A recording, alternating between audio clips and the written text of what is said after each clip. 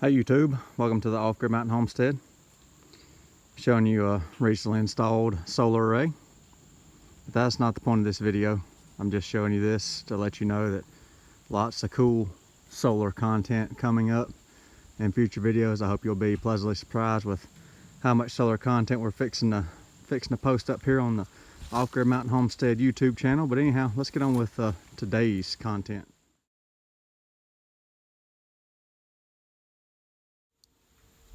Today's video topic is about food, specifically growing mushrooms in your own home. Nice, gourmet, delicious, edible mushrooms. I want to show you an issue I had.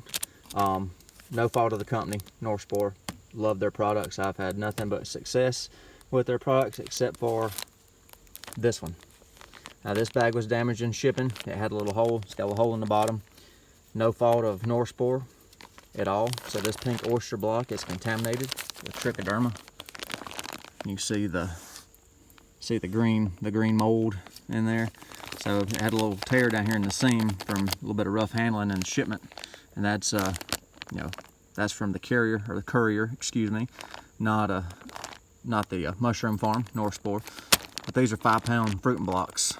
So I was going to show you a few fruiting blocks and how you can grow mushrooms in your window easy. But I had this one that's contaminated, so just a quick little call to North Spore and a couple of pictures of the contamination. It wasn't as bad to start with. It just had a couple little green spotches, and the contamination spread and took over, so this block is shot. I'm gonna throw it in the compost. But anyhow, boom, sent me a fresh one. Had it out in a couple of days, no big deal, easy to work with, great company, great results. I'll show you some results too before the end of this video. But I was gonna show you some different stages of what your blocks look like. So this is how you get it, when it comes to you in the mail. Mostly colonized. You need to let them fully colonize before you can fruit, and I'll explain that too in this video. But you can see some of the mycelium from the pink oyster growing. You see it right there growing around. You can see the nice pink color, nice healthy mycelium. So when you get them like this, if you're wanting to store them for a while, you just keep them folded up. I'm not fruiting this one at the moment. I'm letting it colonize. You keep them taped up like this. When you get them, there's a piece of tape right there. But if you want to get them to start colonizing a little faster, if you want to fruit them pretty quick, let me show you what you do. Now this is not a pink oyster, of course. It's a black king, but it looked just like this, a couple of weeks ago. So you get these blocks. And another thing, if you can buy their mystery block kits, this is what I bought the last round, you get a little bit better deal. You may not be able to pick your specific species, but you get a good mix of 5.5 pound fruiting blocks depending on the species. But you just take the tape off the bottom, set your block up like that, and open and make sure the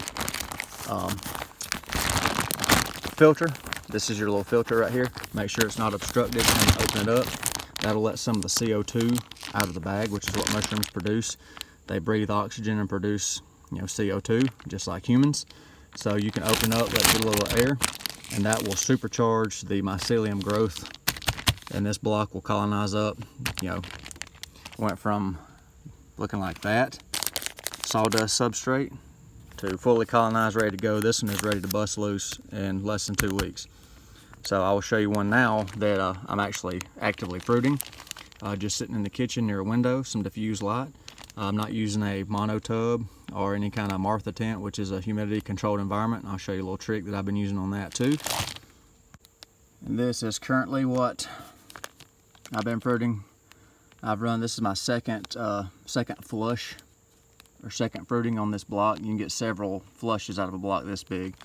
So you'll get your mushrooms like this. They'll grow, mature. You harvest them, fold the bag back over, let it rest for a couple of weeks, and then oysters, you can side fruit them or top fruit them. I did the top fruiting, and I'll show you why in a second. But you can fold this bag over right here, and like I showed you on this, just have the bag folded over, let it recolonize and look like this again. And then you re-moisten it, and then scratch the surface, and it'll start fruiting again. But I'll show you more on that coming up. This is just getting you thinking about growing you some gourmet mushrooms in your house. So easy to do. I mean, it really is. I'm not using any kind of environmental chamber for them to bring humidity up.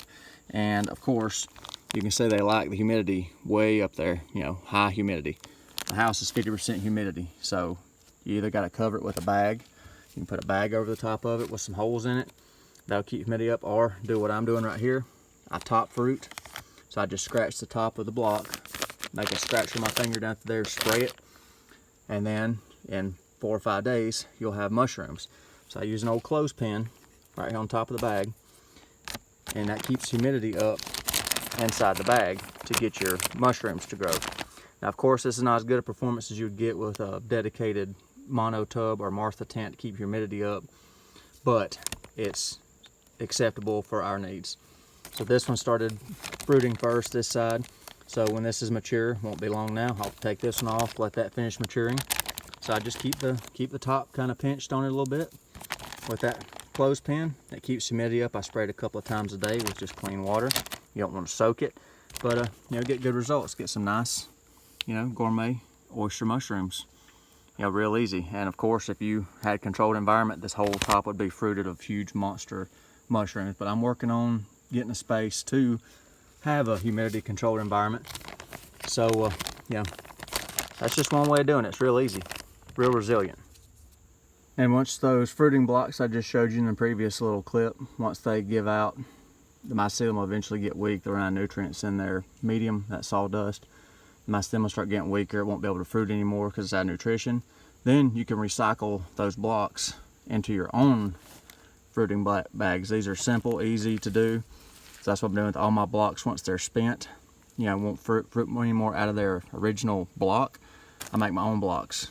So I take that leftover mycelium and sawdust in the bottom of those bags. I won't fruit no more. I make up my own. Just use a gallon Ziploc bag, using a little cotton makeup remover pad right here. So I cut a hole in the bag for an air vent. So it's got to exchange some air. This helps keep contamination out. But oysters are pretty aggressive, and if you get your substrate, which is this right here, pasteurized or pretty clean, the oysters do a pretty good job of taking it over. I just inoculated these blocks here less than 24 hours ago. So yeah, just tape your little filter patch on there like that. And then this substrate, I'll tell you, my mix has worked good all summer. When I've used up a block, like I said, I've made these.